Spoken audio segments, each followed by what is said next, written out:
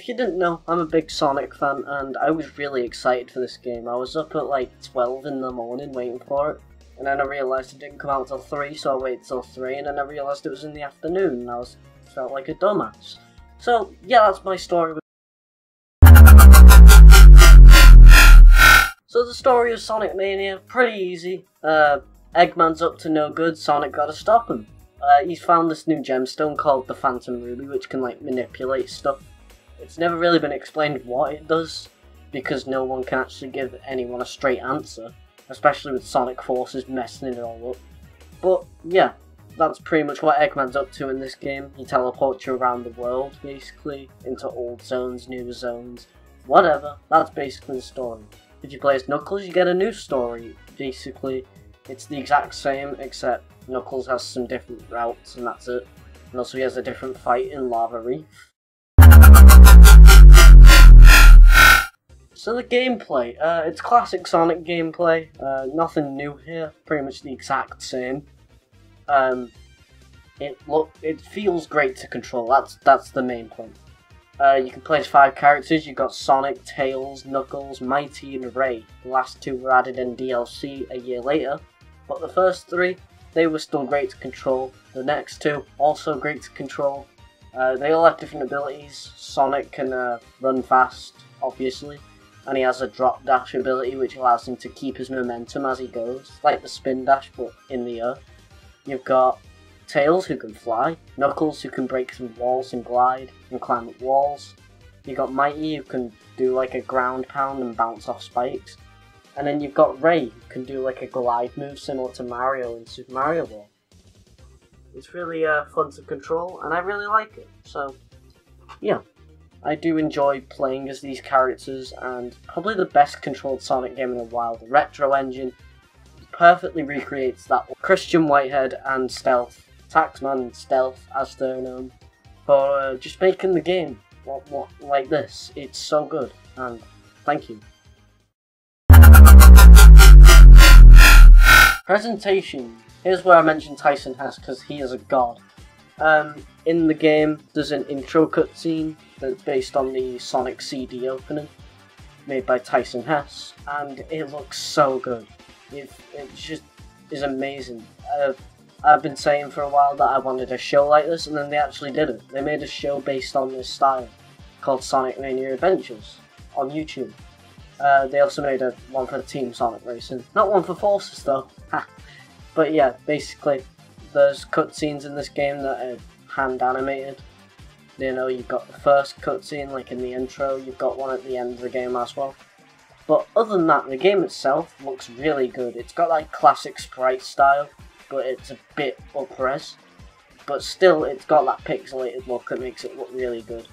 The stages in this game look really nice. Like, you've got Press Garden, which just looks amazing. It's a cross between like a winter garden and like a newspaper factory. You'd think that would never work, but it does. You've got a TV studio that's run by Eggman. You've got a Wild West saloon that also has a train level at the beginning. And then finally you've got like a giant robot that Eggman has. Like, these new zones are really good. My only problem is there's not enough of those new zones. A lot of them are just old zones that are reskinned. And I'm not saying reskinned as if they tried to hide it. No, they just are the old zones. So at least they were honest about it, but I would have preferred a lot more new stuff. There's also music, which is really good.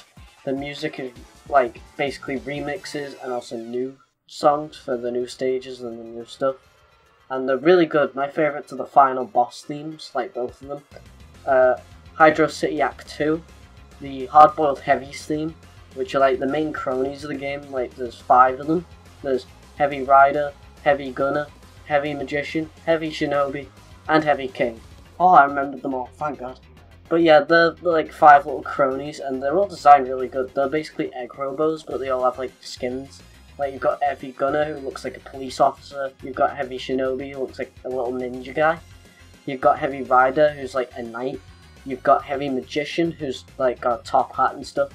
And you've got Heavy King, who just looks like a king, basically. He's got like a little staff and stuff, it's really cool. But yeah, I really like how this game's presented. The graphics are really good, the music's really good.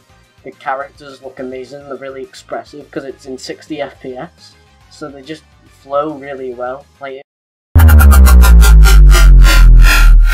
So finally we've reached the end of the game, we've conquered all the zones, we've got the Chaos Emeralds, and now it's time to face down with Dr. Robotnik.